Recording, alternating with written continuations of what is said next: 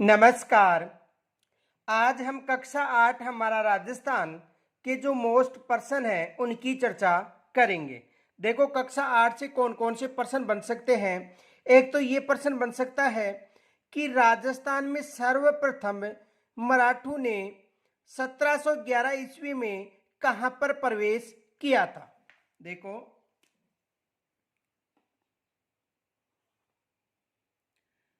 राजस्थान में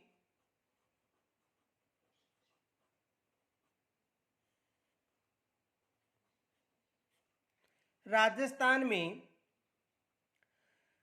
सर्वप्रथम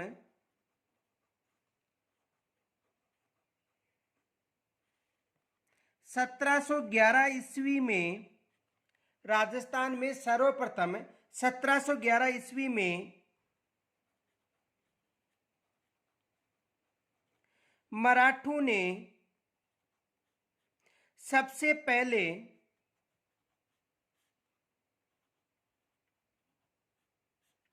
कहां पर या कहां से प्रवेश किया था।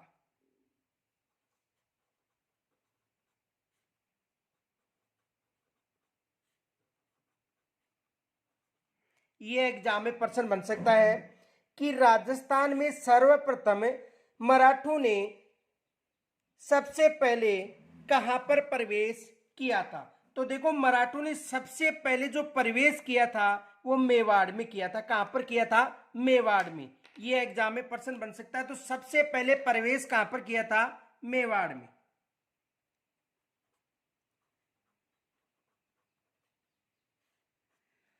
यानी मराठों ने सर्वप्रथम 1711 ईस्वी में मेवाड़ से प्रवेश किया था। इनके अलावा देखो उसके बाद 1720 ईस्वी की बात करें तो पेशवा जो बाजीराव थे उन्होंने मराठा जो ध्वज था उसे अटक से कटक तक फहराने का लक्ष्य निर्धारित किया था। यानी कहने का मतलब है कि जो संपूर्ण क्षेत्र था वहां पर विजय प्राप्त करने का लक्ष्य रखा था। किन्होंने? पेशवा बाजीराव ने। दूसरा प्रश्न ये बन सकता है, देखो ये फैक्ट याद रखना एग्जाम में आ सकता है। 1720 ईस्वी में 1720 ईस्वी में पेशवा बाजीराव ने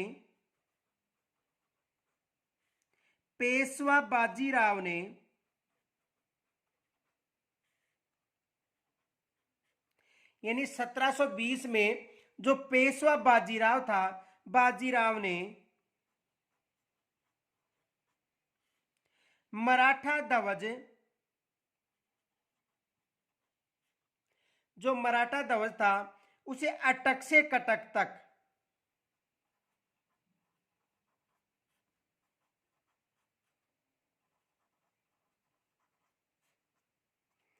अटक से कटक तक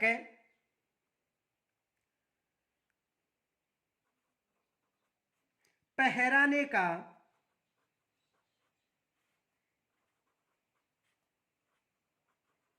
लक्ष्य रखा था। ये याद रखना कि 1720 ईस्वी में पेशवा बाजीराव था, उन्होंने मराठा ध्वज अटक से कटक तक फहराने का लक्ष्य रखा था। या दूसरा प्रश्न ये बन सकता है कि मराठा शक्ति को सर्वप्रथम किन्होंने संगठित किया था। दूसरा प्रश्न ये बन सकता है कि मराठा शक्ति को सर्वप्रथम किन्होंने संगठित किया था। दूसरा प्रश्न ये बन सकता है मराठा शक्ति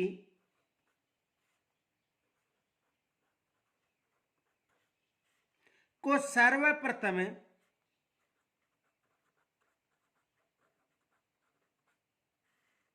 मराठा शक्ति को सर्वप्रथम किन्होंने संगठित किया था। किन्होंने संगठित किया था। यह भी प्रश्न बन सकता है कि जो मराठा शक्ति थी उसको सर्वप्रथम किन्होंने संगठित किया था? तो मराठा शक्ति को सर्वप्रथम पेशवा बाजीराव ने संगठित किया था। किन्होंने किया था? पेशवा बाजीराव ने।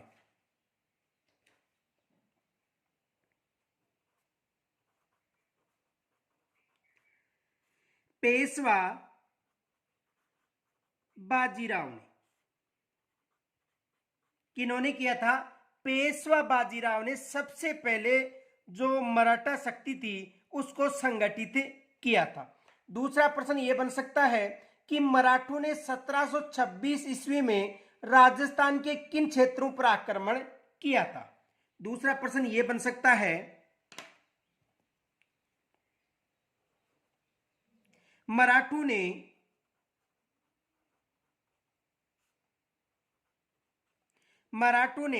1726 ईस्वी में 1726 ईस्वी में राजस्थान में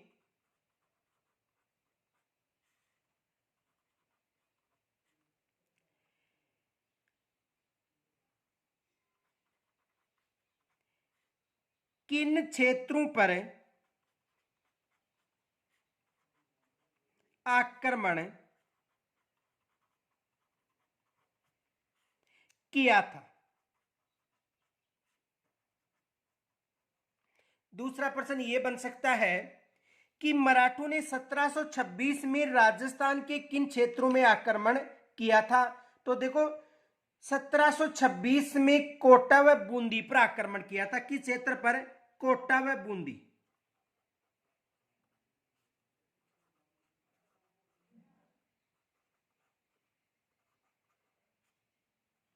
किस क्षेत्र पर आक्रमण किया था? कोटा व बूंदी पर आक्रमण किया था। और यहां पर आक्रमण करने के बाद 1728 में इन्होंने डूंगरपुर और बांसवाड़ा के जो शासक थे उनसे खिराज देना स्वीकार किया था। यह भी फैक्ट याद रखना।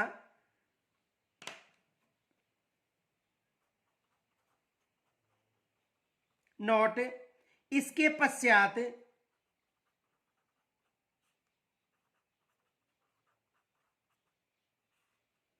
1728 ईस्वी में इसके पश्चात 1728 ईस्वी में डूंगरपुर बांसवाड़ा शासकों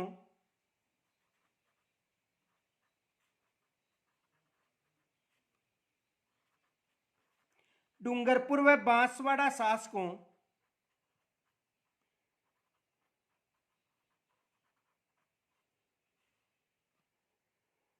ने खिराज देना स्वीकार किया था। खिराज देना स्वीकार किया था।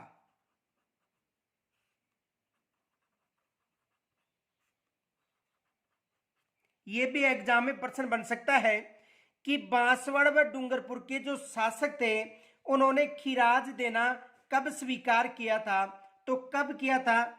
1728 में।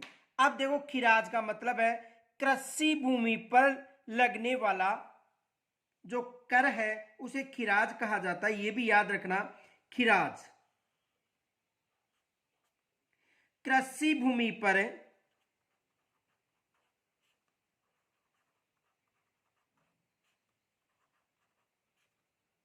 लगने वाला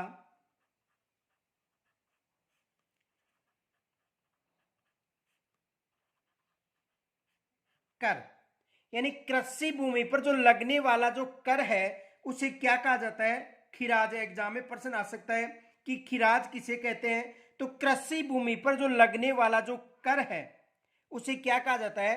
खिराज कहा जाता है। तो एग्जाम में यहां से भी प्रश्न बन सकता है। दूसरा देखो, एक प्रश्न और भी बन सकता है कर संबंधी था। चौथ,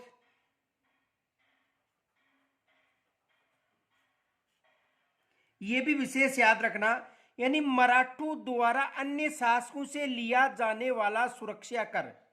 जो मराठा शासक थे वो अन्य शासकों से जो कर लेते थे उन्हें चौथ कहा जाता था। तो देखो, मराठों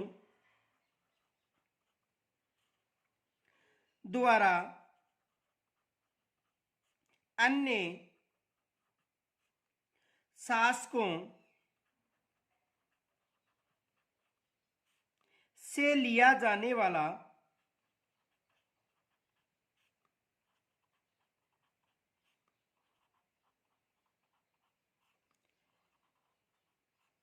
कर, उसे क्या कहा जाता था? चोत। तो देखो खिराज यानी कृषि भूमि पर लेने वाला जो कर था उसे खिराज कहा जाता था। और चोत का मतलब मराठों द्वारा अन्य से लिया जाने वाला, अन्य शासकों से लिया जाने वाला कर क्या कहलाता था? चौथ कहलाता था। ये दोनों मोस्ट हैं, ये याद रखना। आगे देखो,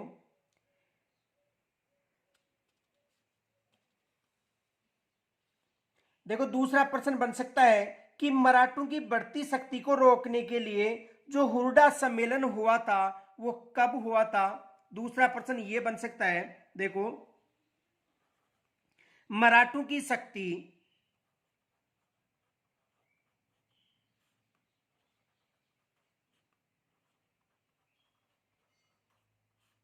को रोकने के लिए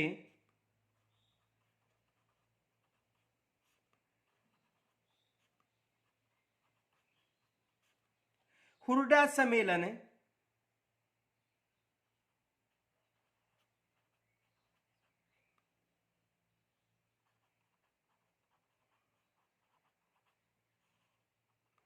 कब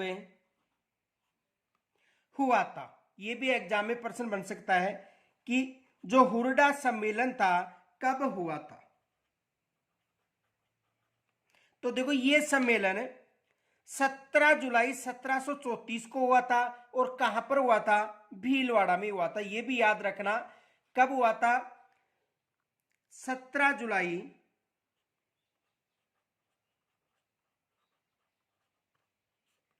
1734 ईस्वी में हुआ था। और कहां पर हुआ था? भीलवाड़ा में। दूसरा ये बन सकता है कि इस सम्मेलन की अध्यक्षता किन्होंने की थी? जो हुरडा सम्मेलन था, इस सम्मेलन की अध्यक्षता किन्होंने की थी? यह प्रश्न बन सकता है। यह सम्मेलन कहां पर हुआ था? तो यह सम्मेलन कहां पर हुआ था? भीलवाड़ा में हुआ था। और इस सम्मेलन की जो अध्यक्षता थी मेवाड़ के महाराणा जगत सिंह द्वितीय ने की थी। यह भी याद रखना। देखो नोट, इसकी अध्यक्षता यानी इस सम्मेलन की अध्यक्षता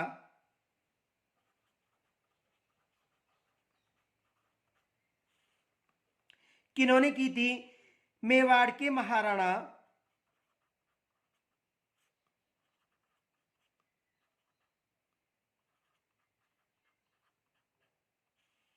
मेवाड़ के महाराणा जगत सिंह द्वितीय ने की थी।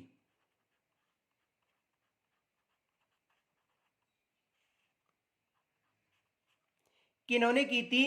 मेवाड़ के महाराणा जगत सिंह द्वितीय ने इसकी अध्यक्षता की थी।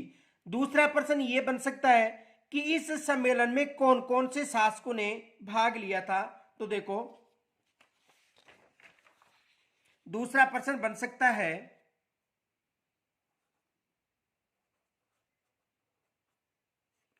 हुरडा सम्मेलन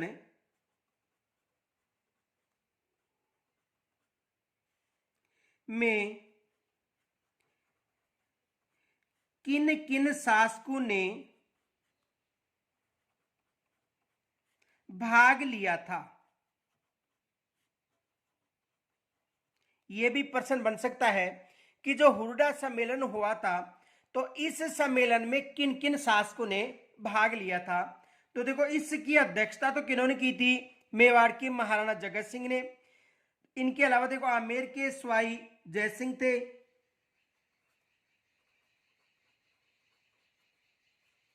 आमेर के स्वाई जयसिंह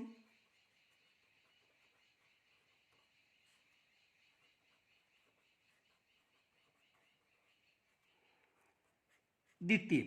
एक तो आमेर के स्वाई जयसिंह द्वितीय थे। इनके अलावा जोधपुर के अभय सिंह थे।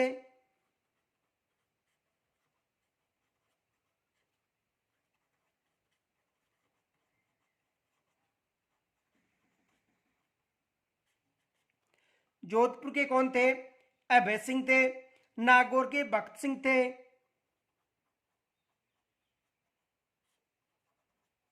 नागौर के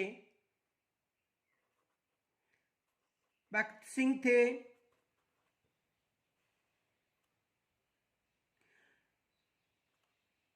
और कोटा के महाराव दुर्जनशाला थे। कोटा के महाराव दुर्जनशाल।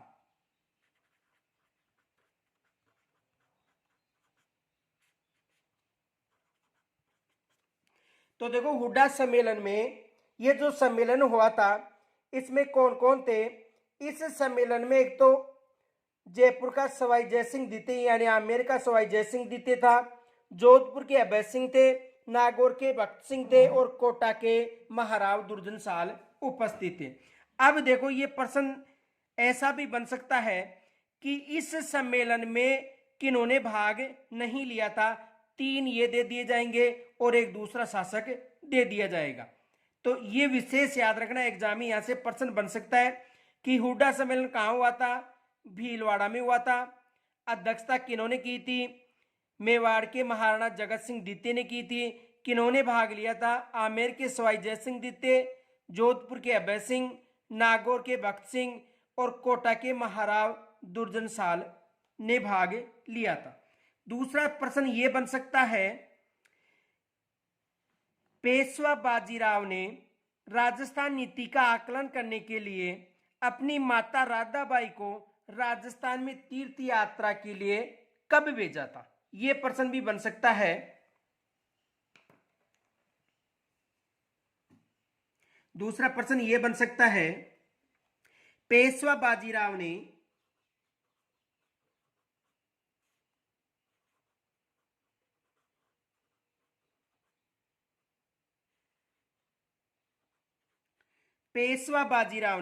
राजस्थान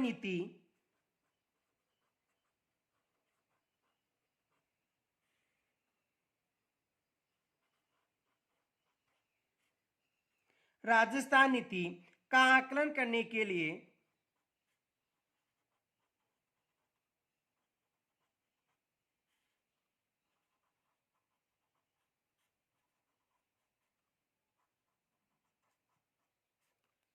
पेशवा बाजीराव ने राजस्थान नीति का आकलन करने के लिए अपनी माता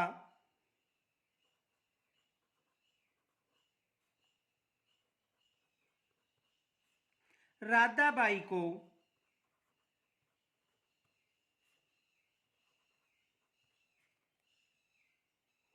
राजस्थान की यात्रा पर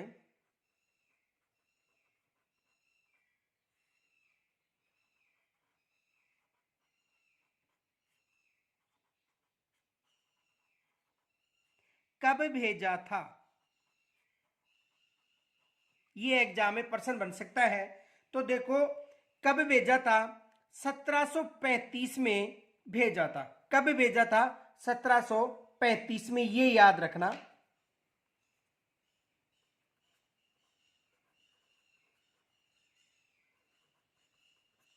कब भेजा था? 1735 में भेजा था। दूसरा प्रश्न ये बन सकता है, देखो कि जयपुर के लिए जो उत्तराधिकारी युद्ध हुआ था वो किन के मध्य हुआ था? यह एग्जाम में ये भी प्रश्न आ सकता है कि जो राजमहल का जो युद्ध हुआ था या बगरू का जो युद्ध हुआ था वो किन के मध्य हुआ था? तो देखो दूसरा प्रश्न ये बन सकता है,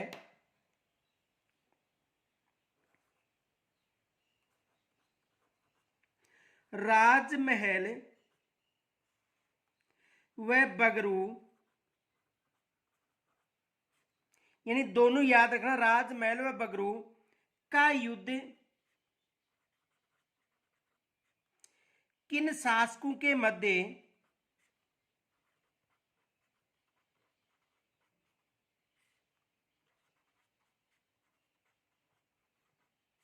हुआ था?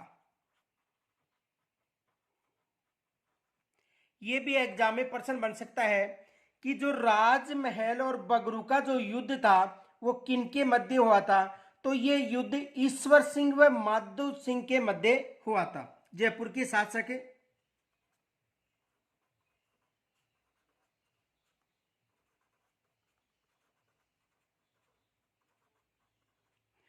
जयपुर के कछुआ शासक ईश्वर सिंह व माधो सिंह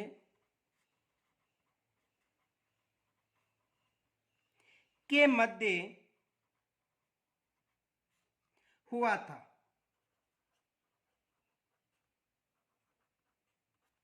किनके मध्य हुआ था? यानी जयपुर के जो कछुआ शासक थे ईश्वर सिंह व माधो सिंह, इन दोनों के मध्य ये युद्ध हुआ था।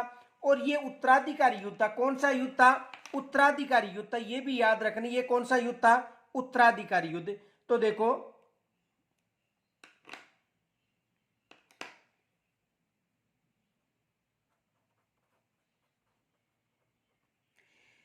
देखो ये है एक उत्तराधिकारी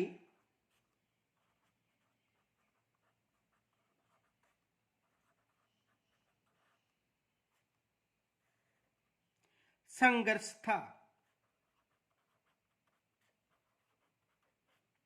यह एक उत्तराधिकारी संघर्ष था। यानी कहने का मतलब है कि अमर सिंह द्वितीय, जो मेवाड़ के शासक थे अमर सिंह द्वितीय, उनकी पुत्री चंद्र कंवरी का विवाह है जो आमेर के शासक सवाई जयसिंह द्वितीय के साथ हुआ था 1708 में। और शर्त ये थी कि जो मेवाड़ की राजकुमारी है उसका जो पुत्र है वो ही सवाई जयसिंह द्वितीय के बाद में शासक बने। लेकिन सवाई जयसिंह द्वितीय के बाद में चंद्र कंवरी का पुत्र शासक न बनकर सवाई जयसिंह द्वितीय का जो ज्येष्ठ पुत्र था ईश्वर सिंह, वह शासक बना था। इसी कारण ये युद्ध हुआ था। देखो, ये फैक्ट याद रखना।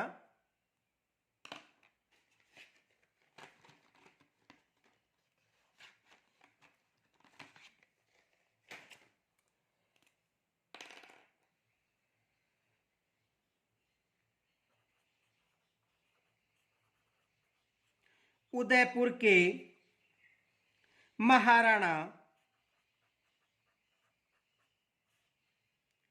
अमर सिंह द्वितीय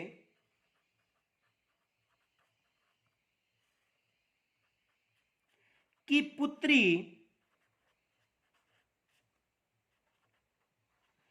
चंद्र कंवरी या चंद्र कंवर का विवाह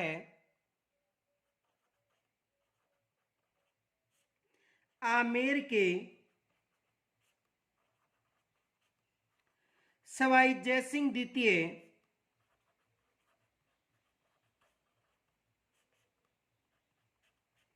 के साथ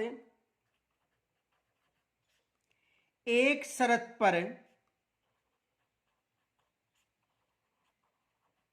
हुआ था कि चंद्र कंवर का पुत्र ही जयसिंह द्वितीय के बाद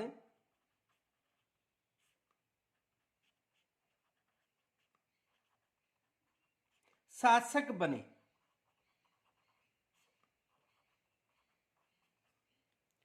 इस शर्त के कारण ये युद्ध हुआ था। यानी उदयपुर के जो महाराणा अमर सिंह द्वितीय थे उन्होंने अपनी पुत्री चंद्र कंवर का विवाह आमेर के सवाई जयसिंह द्वितीय के साथ एक शर्त से हुआ था कि चंद्र कंवरी का पुत्र ही जयसिंह द्वितीय के बाद शासक बने। अब देखो, इस चंद्र कंवरी का पुत्र, देखो चंद्र कंवर का पुत्र माधो सिंह की जगह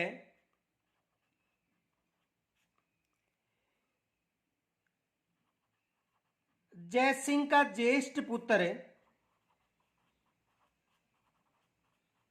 ईश्वर सिंह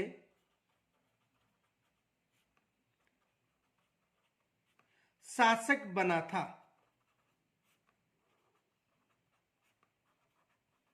इस कारण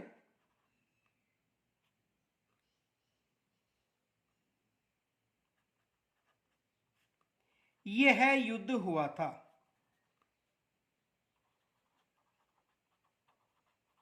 ये याद रखना, यानी कहने का मतलब राजमहल और बगरू का युद्ध एक उत्तराधिकारी युद्ध था और आमेर के शासक ईश्वर सिंह और माधो सिंह के मध्य हुआ था। यह एक उत्तराधिकारी संघर्ष था और इसमें यह शर्त थी कि अमर सिंह द्वितीय ने अपनी पुत्री चंद्र कंवर, जो चंद्र कंवर थी, उसका विवाह आमेर के सवाई जयसिंह द्वितीय के साथ किया था और यह शर्त रखी थी कि शासक जयसिंह द्वितीय के बाद में चंद्र कंवर का पुत्र ही शासक बने, लेकिन माधो सिंह की जगह शासक कौन बना था? ईश्वर सिंह। इस कारण इन दोनों के मध्य क्या हुआ था? युद्ध हुआ था। दूसरा प्रश्न यह बन सकता है कि इस युद्ध में जो जयपुर का उत्तराधिकारी या बगरू या राजमहल का जो युद्ध था, इस युद्ध में महाराणा जगत सिंह द्वितीय ने किसका सहयोग किया था? दूसरा प्रश्न यह बन सकता है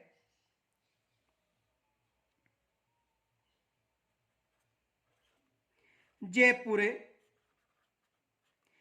के उत्तराधिकारी युद्ध में जो जयपुर का उत्तराधिकारी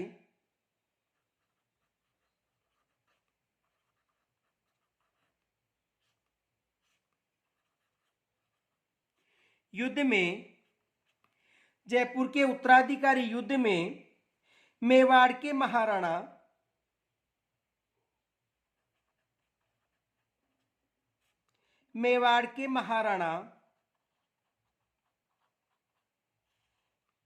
जगत सिंह द्वितीय ने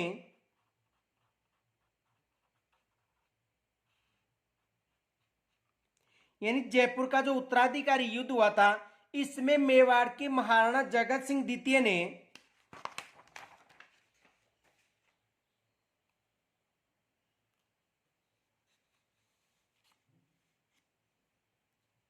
किनका सहयोग किया था?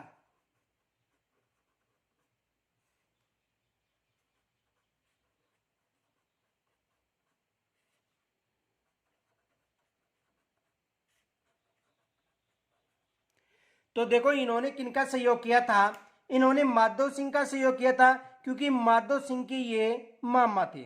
तो किनका सहयोग किया था? माधो सिंह का।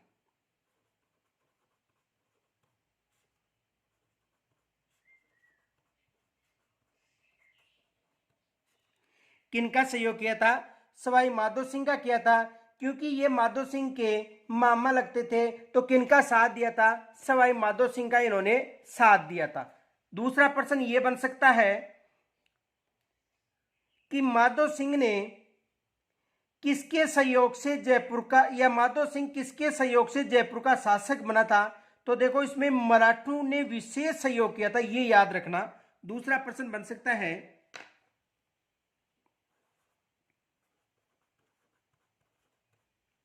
सवाई माधो सिंह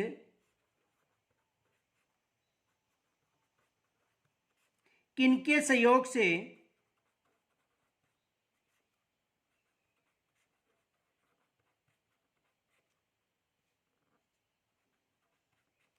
सवाई माधो सिंह किनके सहयोग से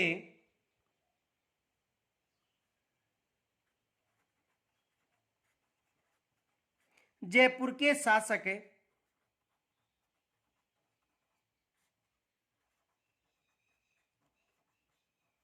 बने थे? यानी सवाई माधो सिंह किनके सहयोग से जयपुर के शासक बने थे? तो देखो, सवाई माधो सिंह मराठों के सहयोग से शासक बने थे। इनके अलावा देव इनका जो मामा थे वो तो साथ थे ही, लेकिन विशेष सहयोग किनका रहा था? मराठों के सहयोग से।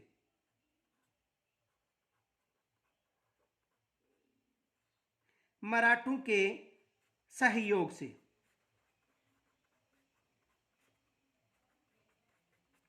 किनके सहयोग से शासक बने थे? मराठों के सहयोग से। और दूसरा प्रश्न यह भी बन सकता है कि जो ईश्वर सिंह का सेनापति था, यानी ईश्वर सिंह का कौन सा सेनापति था जिसकी कुटिलता के कारण इन्होंने आत्महत्या की थी। दूसरा प्रश्न ये बन सकता है कि ईश्वर सिंह ने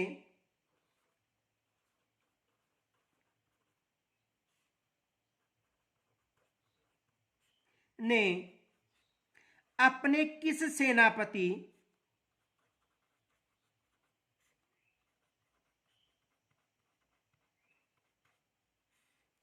की कुटिलता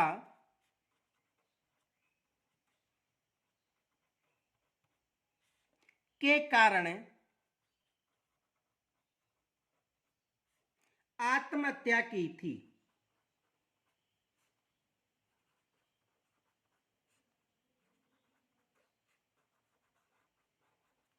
यानी ईश्वर सिंह ने अपने किस सेनापति की कुटिलता के कारण आत्महत्या की थी।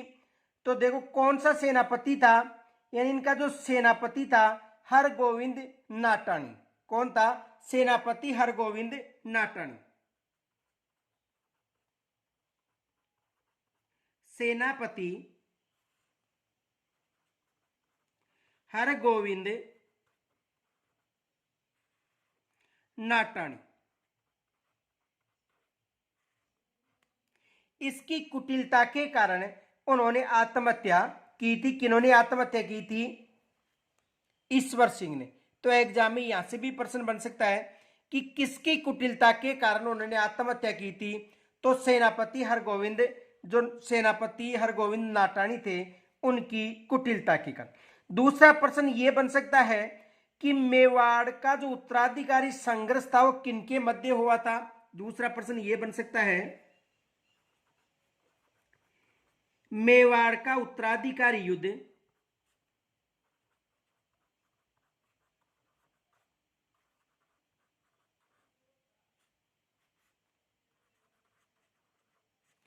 मेवाड़ का उत्तराधिकारी युद्ध किनके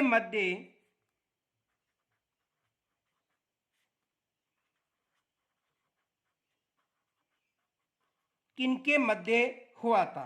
तो जो मेवाड़ का उत्तराधिकारी युद्ध था हरि सिंह व रतन सिंह के मध्य हुआ था। किनके मध्य हुआ था?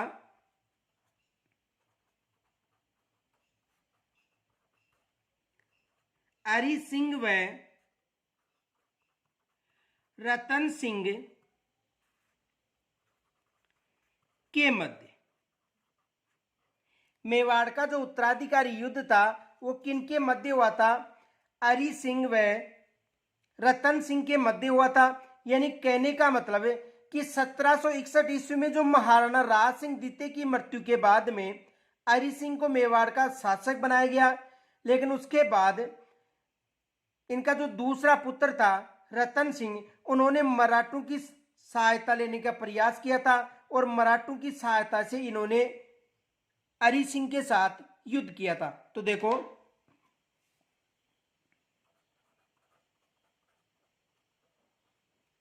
1761 ईस्वी में महाराणा राज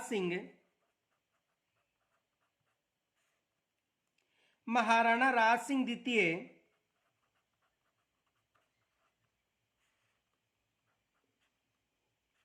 की मृत्यु के बाद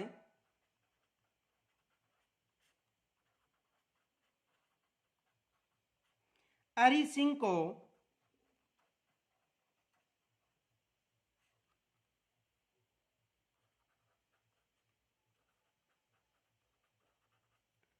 शासक बनाया गया था। किनको शासक बनाया गया? हरि सिंह को। अब देखो उसके बाद इसका द्वितीय पुत्र था रतन सिंह, उन्होंने मराठों के सहयोग से हस्तक्षेप किया था। तो देखो द्वितीय पुत्र रतन सिंह ने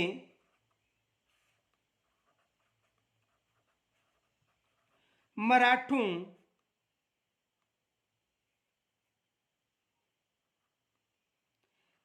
का सहयोग लिया।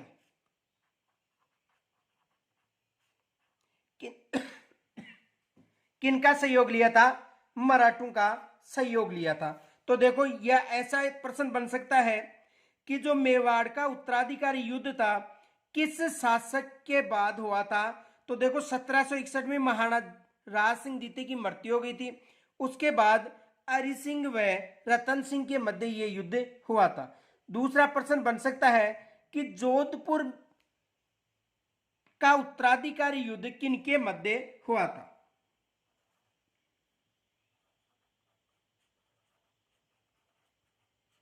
जोधपुर का उत्तराधिकारी युद्ध किनके मध्य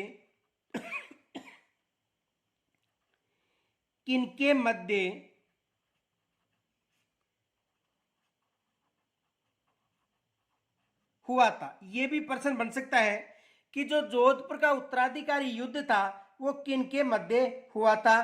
तो जोधपुर का जो उत्तराधिकारी युद्ध था राम सिंह व बख्त सिंह के मध्य हुआ था।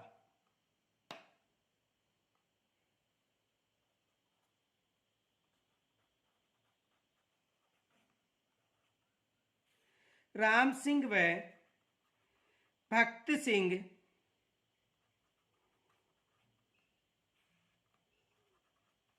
के मध्य,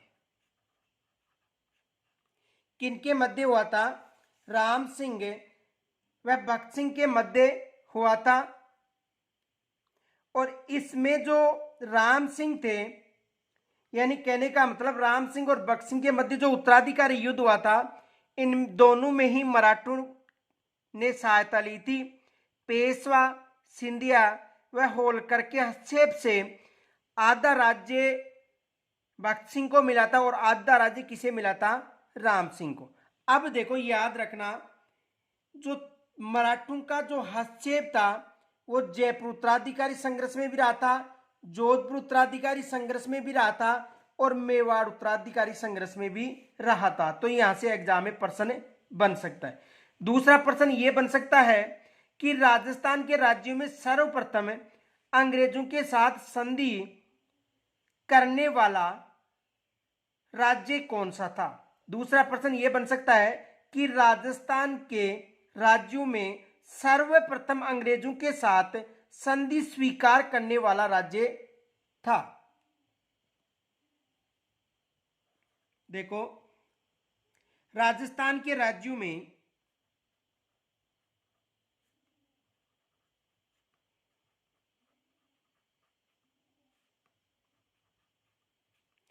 सर्वप्रथम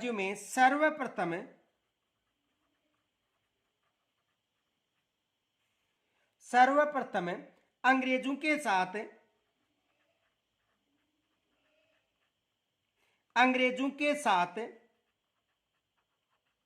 संधि स्वीकार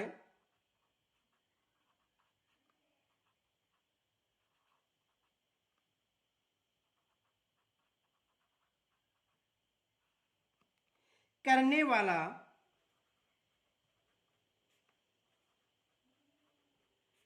राज्य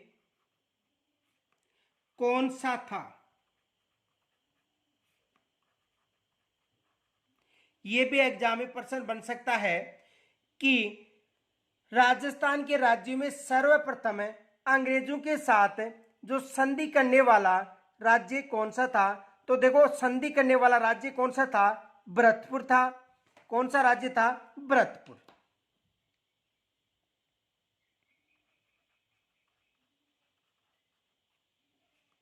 कौन सा राज्य था? भरतपुर राज्य था। और भरतपुर राज्य ने, दूसरा प्रश्न यह बन सकता है कि राजस्थान के राज्यों में सर्वप्रथम अंग्रेजों के साथ संधि स्वीकार करने वाला जो राज्य भरतपुर था उन्होंने कब संधि स्वीकार की थी? तो देखो 29 सितंबर 1803 को। ये याद रखना, 29 सितंबर 1803 में कब की थी? ये मोस्ट माना एग्जाम में ये प्रश्न बन सकता है कि राजस्थान के राज्य में सर्वप्रथम अंग्रेजों के साथ संधि स्वीकार करने वाला जो राज्य था वो कौन सा था? भरतपुर था। और कब संधि की थी?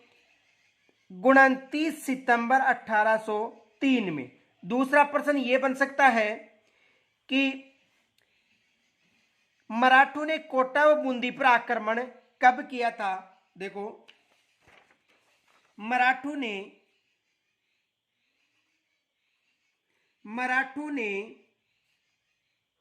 कोटा व बूंदी पर आक्रमण कब किया था?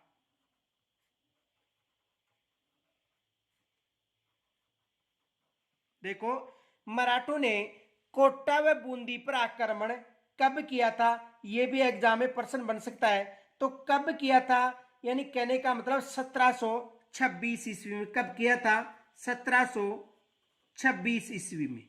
कब किया था? 1726 ईस्वी में। दूसरा प्रश्न यह बन सकता है कि अंग्रेजों के साथ जो साइक संधि थी उस पर अंतिम हस्ताक्षर किन्होंने किए थे? तो देखो, दूसरा प्रश्न यह बन सकता है, अंग्रेजों के साथ जो साइक संधि हुई थी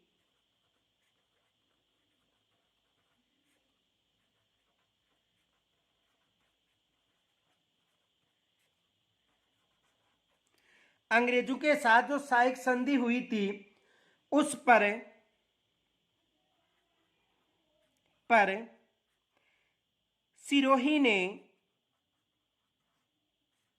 सिरोही ने कब हस्ताक्षर या सिरोही रियासत, देखो सिरोही रियासत या सिरोही राज्य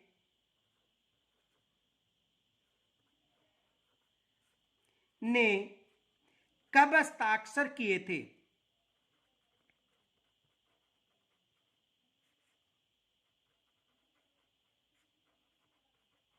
ये एग्जाम में प्रश्न बन सकता है।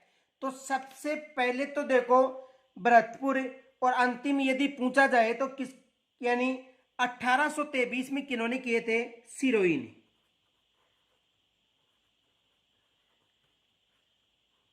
या दूसरा प्रश्न ये बन सकता है कि अंग्रेजों के साथ जो साइक संधि हुई थी उसमें 1823 में किन्होंने हस्ताक्षर किए थे? तो सिरोही ने हस्ताक्षर किए थे। यह भी प्रश्न बन सकता है। या अंतिम रियासत पूछे तो अंतिम रियासत कौन सी बतानी है? सिरोही बतानी है। अंतिम रियासत कौन सी बतानी है? सिरोही बतानी है। दूसरा प्रश्न यह बन सकता है कि 1857 की जो क्रांति हुई थी, तो 1857 की जो क्रांति का जो विद्रोह हुआ था वो सबसे पहले कहां हुआ था? दूसरा प्रश्न यह बन सकता है, राजस्थान में 1857 की क्रांति का आरंभ या शुरू कहां से हुई थी?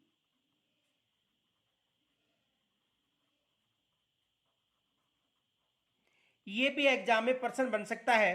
तो राजस्थान में देखो, 1857 की जो क्रांति है वो कहां से प्रारंभ मानी जाती है? नसीराबाद से। नसीराबाद, और नसीराबाद कहां पर है? अजमेर।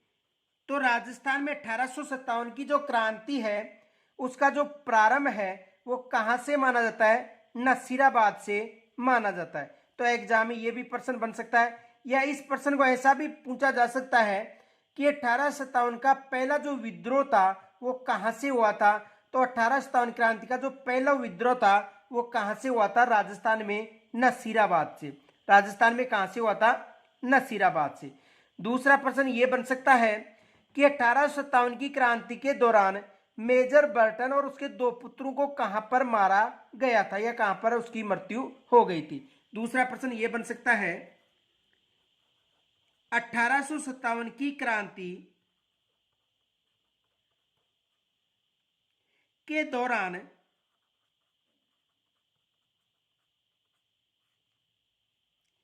मेजर बर्टन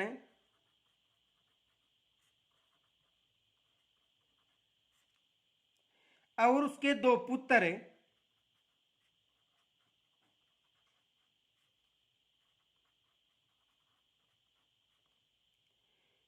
कहां पर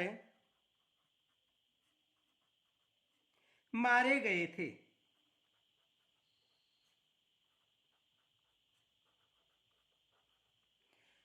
तो कहां पर मारे गए थे? कोटा में।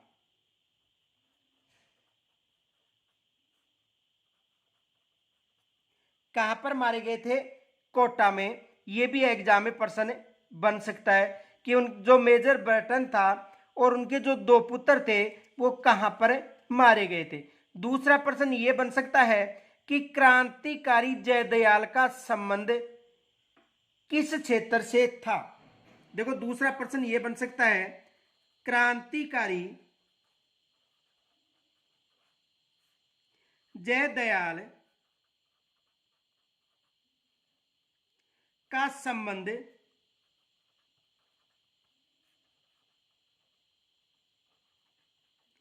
था। तो देखो जयदयाल जो क्रांतिकारी थे उनका जो संबंध था वो कहां से था? कोटा से। इनका संबंध कहां से था? कोटा से था। किसका? जयदयाल जो क्रांतिकारी थे इनका जो संबंध था किस क्षेत्र से था? कोटा क्षेत्र से था। तो एग्जाम में ये भी प्रश्न बन सकता है कि किसी भी क्रांतिकारी का नाम देकर पूछा जा सकता है कि इस क्रांतिकारी का संबंध कहां से था। तो इस सब तो जयदयाल का संबंध कहां से था? कोटा से था। इनके अलावा जो शेष जो प्रश्न है उनकी चर्चा कल करेंगे। धन्यवाद।